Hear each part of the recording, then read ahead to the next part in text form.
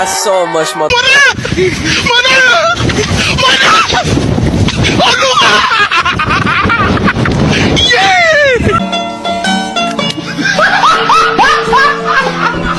Are you ready, kids? Aye, aye, Captain! I can't hear you. Aye, aye, Captain! Oh! Custom design on right now. Break it down, bring it back, make it clap. I got 3 old thoughts, new block, wear that dick. Bitches on my line, and you know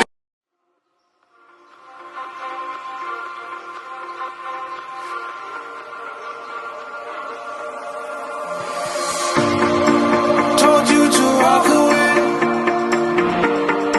That was my first and last mistake. I'm blue without your face. But what can I do? 'Cause I'm just a sinking ship, and you're just a pair of lips that I've lost in the moment. All I want is for you to come back. Now I'm caught in the middle of life, and I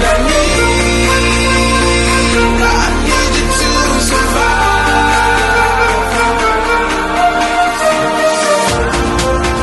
Whoa. I need you to survive. 'Cause without you by my side, I can't survive.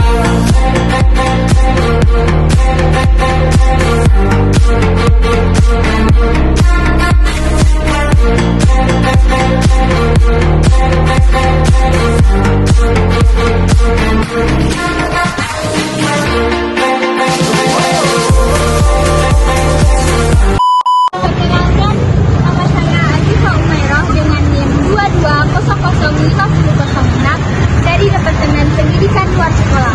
Pada kesempatan kali ini, saya akan menjelaskan tentang apa sih itu korupsi.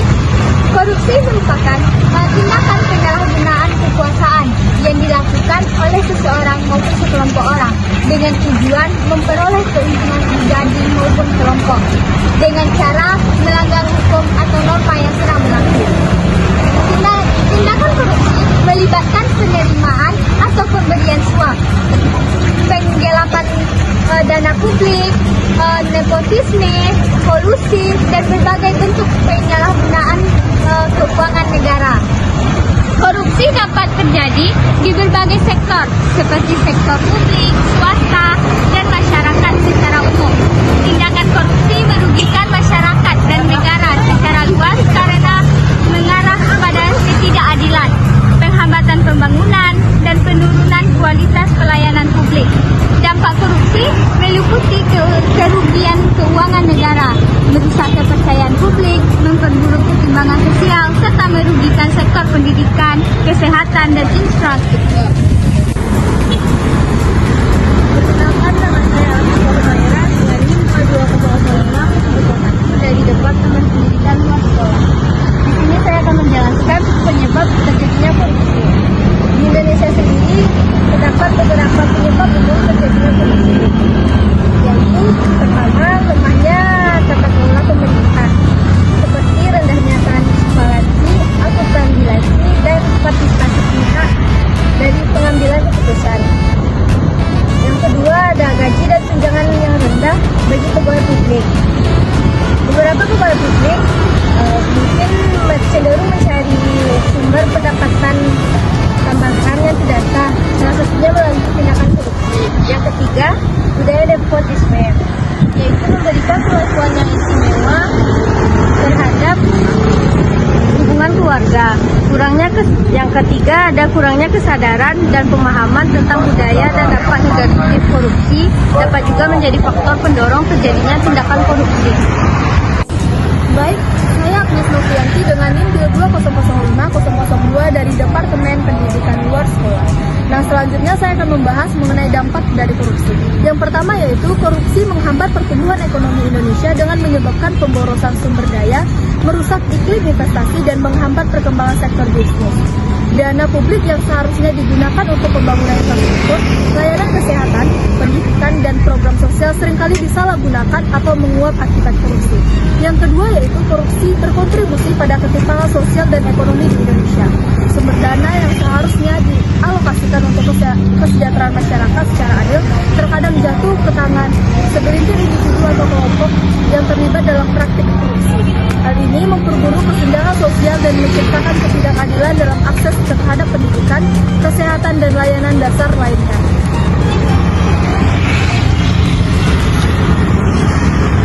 Korupsi menghambat pembangunan sosial di Indonesia. Perkenalkan, nama saya Lydia Rindiani, NIM 22005015 dari Departemen Pendidikan Luar Sekolah. Saya akan menjelaskan tentang jenis-jenis korupsi. Yang pertama itu ada suap. Suap adalah tindakan memberi atau menerima uang, barang, dan jasa secara ilegal dengan tujuan untuk mempengaruhi keputusan atau tindakan seseorang yang berwenang. Biasanya terjadi dalam konteks transaksi bisnis, pelayanan publik. Yang kedua itu adalah pungutan liar. Pungutan liar itu biasanya kita sebut dengan pungli. Pungli adalah ketika seseorang yang berwenang meminta untuk atau memeras uang secara dari individu atau perusahaan untuk layanan publik secara yang disediakan secara gratis atau ditetapkan secara resmi. Yang ketiga, pencucian uang. Perkenalkan, nama saya Adinda Ramadana dengan NIM 22003001. Baik, di sini saya akan menjelaskan tentang upaya menanggulangi korupsi.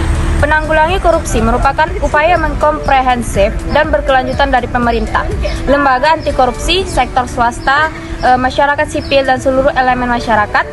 Beberapa upaya yang dapat dilakukan untuk penanggulangan korupsi di Indonesia antara lain yang pertama yaitu meningkatkan kapasitas, independensi, dan berkelanjutan lembaga anti korupsi.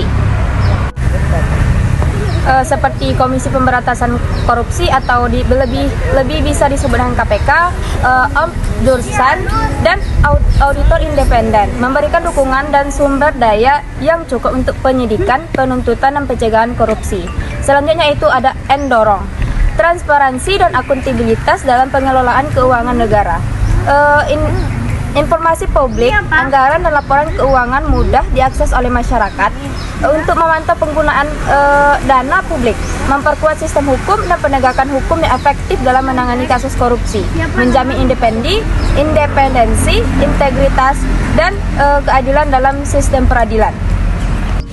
Baik, saya Marianti Eka Putri dengan NIM 22003031 dari Prodi Pendidikan Luar Biasa. Saya akan melanjutkan tentang upaya penanggulangan korupsi. Meningkatkan pendidikan dan kesadaran masyarakat tentang bahaya korupsi dan pentingnya integrasi. Menggalakkan program pendidikan anti korupsi di sekolah-sekolah dan universitas serta melibatkan media massa dan organisasi masyarakat dalam kampanye anti korupsi. Selanjutnya, menerapkan undang-undang perlindungan bagi pelapor korupsi untuk mendorong dan melindungi mereka yang melaporkan tindakan korupsi, memberikan insentif dan perlindungan hukum bagi mereka yang berani melaporkan tindak korupsi. Selanjutnya, mendorong keterlibatan aktif sektor swasta dalam upaya pencegahan dan penanggulangan korupsi, membangun kemitraan antara pemerintah dan sektor swasta untuk mempromosikan praktik bisnis yang bersih, transparan, dan berintegrasi.